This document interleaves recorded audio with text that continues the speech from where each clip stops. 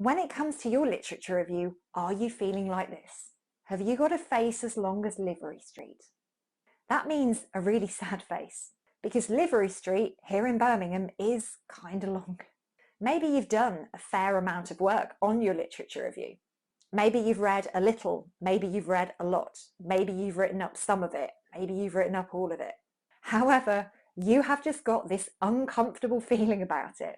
Many students submit their dissertations still feeling a bit yuck about their literature review. You won't, because you're watching this video in which I'm going to teach you a simple process to supercharge your literature review using 5 key questions. What do I need the literature to tell me? How can I organise this? What have I already got? Where are the gaps? How should I structure my literature review now? I'm Dr. Elizabeth Yardley, and I've been supporting students through their bachelor's, master's and PhD social science dissertations for the last 20 years. Everything I've learned I am sharing with you lovely people through this YouTube channel. So without further ado, let's examine the first question we need to ask. What do I need the literature to tell me? Go and grab a pen and a piece of paper and write your dissertation title at the top. Now, without looking at anything else, just focus on that title. Ask yourself the question, what do I need the literature to tell me? Just off the top of your head. No need to Google anything. No need to run to the library. You can do that later. Just spend some time thinking and brainstorming. Take a look at the nouns in your title, the words that represent people, places, or things, and start asking some questions around them.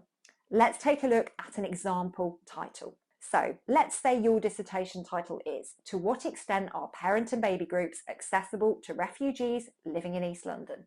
Let's start by highlighting the nouns. Parent and baby groups, refugees, East London.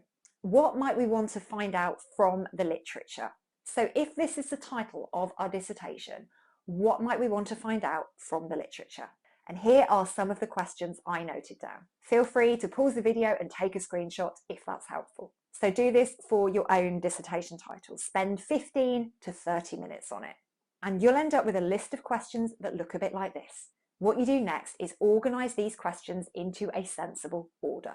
I'm going to tell you exactly how to do that in a moment after this very quick side note. If you are finding this video helpful so far and you're like, yeah, what she said just then, I'm going to totally do that. Make sure that you hit the like button because it really does make a huge difference in ensuring other people can find it too. Anyway, the second thing you need to do is to organise these questions into a sensible order. Come up with between 3 and 5 themes that you can group them into. Think of it like building a wall. Imagine that each of those questions you've just come up with are individual bricks, and a theme is a wall. I want you to build yourself 3 to 5 walls and give each wall a name. Which bricks have something in common? Which bricks are similar to each other? Which ones can be grouped together into logical categories? And you need to give each of these walls or themes a name. Now, the names don't have to be lovely and succinct and perfectly worded. They can be as messy as you like. And here are mine. Again, if you want to take a screenshot, if that's going to be helpful to you, knock yourself out.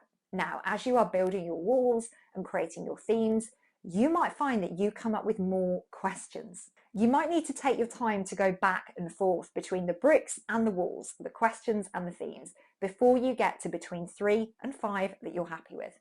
And be sure to give this a bit of time. It's not something that you can rush through. So you might want to put it down and come back to it later. Once you've got names for your themes, create a table with each name as the heading of a column, like this. So when you've got your table, what do you do with it? It's time to go back to your literature review and take a look at what you've already got. Spend some time having a look through what you've already noted down. If you have a draft literature review, use that. If you've made some notes about items you've read, take a look through them. Just get your head back into your literature review, however brief or lengthy or all over the place it is. What you're going to do now is figure out how the pieces of literature you've already read fit underneath these new themes that you've developed. Sort them into the columns like this. Just put the short form reference in the appropriate column. That is perfectly fine. Again, if it's helpful, pause the video and take a screenshot. Fun little side note here. The word on my teleprompter wasn't screenshots, it was screen shit. but helpfully my brain auto-corrected it as it came out. So well done, Liz's brain, and thank you, caffeine. If the tips I've shared so far are helping you banish your literature review anxiety and generally feel a little bit better about the whole thing, take a moment to hit the subscribe button. I have a lot more videos about literature reviews in the pipeline. I am super excited to share them with you, and I wouldn't want you to miss any of them. Back to our table. It's time to identify where your literature review gaps are now. Are there some columns where you're thinking, yeah, done a good job there, lots of references in that column? Are there other columns which are a bit or totally empty? Are some of those columns a little sparsely populated? Whatever you can see, it's perfectly fine, because you can start filling in those gaps now by searching for more literature.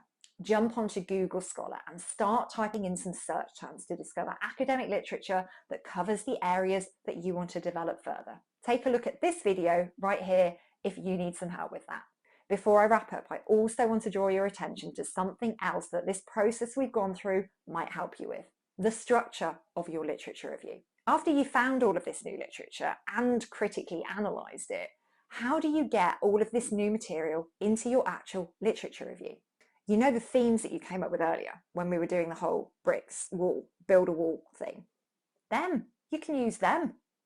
They can become your headings. This can be really helpful if you haven't started writing up yet and you're a bit stuck on where to begin.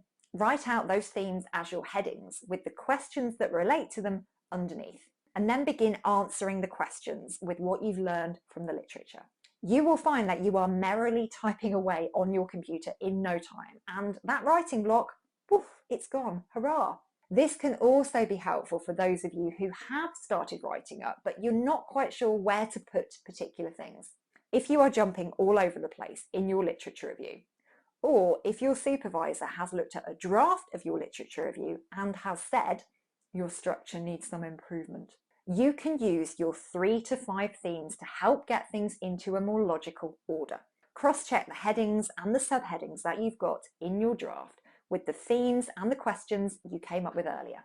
You might find that you've covered some of them with what you've already got and answered all of the questions. Great, you can tick those off. You might find that some of them are missing, so add them in and tackle the questions underneath them. No matter how much or how little work you've done on your literature review, I hope this video is going to help you move forwards and get rid of that annoying, icky feeling that you had about it. If you found this video helpful, before you rush off to implement what you've learned, why don't you become a Degree Doctor Insider by subscribing to my email list? Every Wednesday, tips just like the ones I've shared in this video land in the inboxes of all the lovely people in my community. Here are some examples of recent topics I've covered. So if you're like, yeah, I'll have some of that, the link to the sign up is in the description. And I will be back soon with more advice on smashing your dissertation.